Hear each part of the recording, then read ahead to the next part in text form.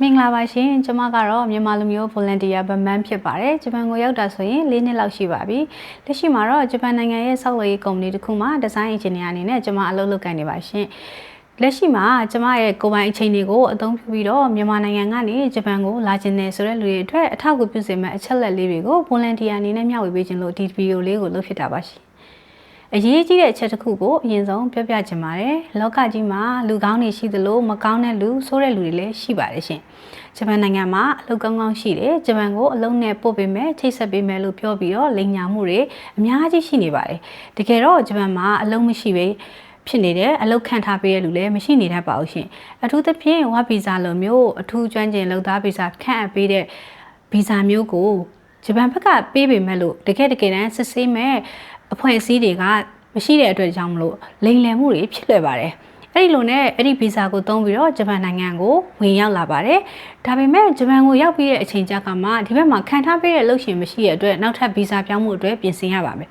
အဲ့လိုပြင်ဆင်တဲ့အချိန်မှာကိုကစဝင်လာတဲ့ကဗီဇာဝင်လာတဲ့အချိန်မှာကိုယ့်ရဲ့အချက်လက်တွေကို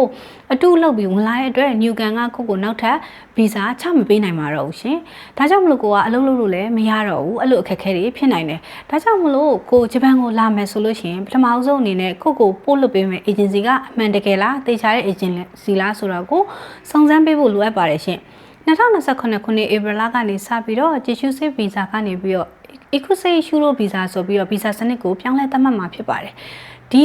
ဗီဇာပြောင်းလဲသတ်မှတ်တဲ့အချိန်မှာတော့ဒီဘက်မှာသက်ဆိုင်ရာအဖွဲ့အစည်းတွေကပါဝင်ပတ်သက်နေတဲ့အတွက်ဒီလိုလိမ်လည်မှုတွေနေပါသွားမယ်လို့ထင်ပါတယ်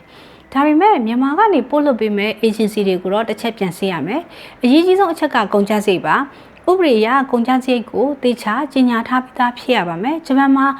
ရတဲ့လုခလစာရဲ့2လထက်ကျော်လွန်တဲ့လစာကိုတောင်းခံခြင်းမျိုးကိုခွင့်ပြုလို့မရနိုင်ပါဘူး။ဒါကြောင့်မလို့အထူးတတိထားရမှာကအရန်ကြီးငွေတောင်းခံတဲ့ agency တွေကိုမရွေးချယ်သင့်ပါဘူးရှင်။နောက်တစ်ခုကတော့ပြင်ဆင်ထားရမယ့်အရာကဂျပန်စာပါ။ဂျပန်မှာလာလုပ်မယ်ဆိုတဲ့ကဂျပန်စာကတော့တေချာလေးပြင်ဆင်ထားဖို့လိုအပ်တာပေါ့ရှင်။ Ikusei Shuro visa မှာမြန်မာကနေလာတဲ့လူတွေကအနည်းဆုံးစစ် GLPD N5 level သို့မဟုတ် GFD A1 level ရှိထားရပါမယ်။ဂျပန်ကိုရောက်ပြီးတော့3နှစ်အတွင်းမှာဆိုလို့ရှိရင် N4 သို့မဟုတ် GFD A2 level ကိုအောင်မြင်ရပါမယ်။ N5 မရှိသေးဘဲနဲ့ဂျပန်ပြည်တွင်းကိုဝင်ခွင့်ပေးထားတယ်ဆိုပေမဲ့လည်းအလုပ်လုပ်ရင်းနဲ့စာမွေးပွဲကိုပြင်ဆင်ရတာကတကယ့်ကိုခက်ခဲပါတယ်။ဒါကြောင့်မလို့မြန်မာမှာရှိနေတဲ့အချိန်တော့အနည်းဆုံးစဉ် GLPD N5 အောင်မြင်ထားပြီးတော့ N4 level လောက်ပြီးတဲ့အထိကိုပြင်ဆင်ထားဖို့ကျွန်မအကြံပြုချင်ပါတယ်ရှင်။ဂျပန်ဘက်ကကုမ္ပဏီတွေကလည်း N4 အောင်အနည်းဆုံးစာသင်ချိန်100နိုင်တရားပေါ့နော်တတ်မှတ်ပေးရမယ်တင် जा ပေးရမယ်လို့ဥပဒေကတတ်မှတ်ထားတယ်။ဒါကြောင့်မလို့အလုပ်လုပ်တဲ့လူကတစ်ဖက်မှာအလုပ်ကလည်းလုပ်ရမယ်။နိုင်တရားစာလည်းစာအုပ်မဖြစ်မနေလေ့လာရမယ်ဆိုရင်ပို့ပြီးတော့အလုပ်မှာပြင်ပန်းနိုင်ပါတယ်။ဒါကြောင့်မလို့ကိုကမြန်မာပြည်မှာတခါတည်း GLPD N5 N4 level လောက်ကိုပြီးအောင်တခါတည်းလေ့လာထားတာကအကောင်းဆုံးဖြစ်ပါတယ်ရှင်။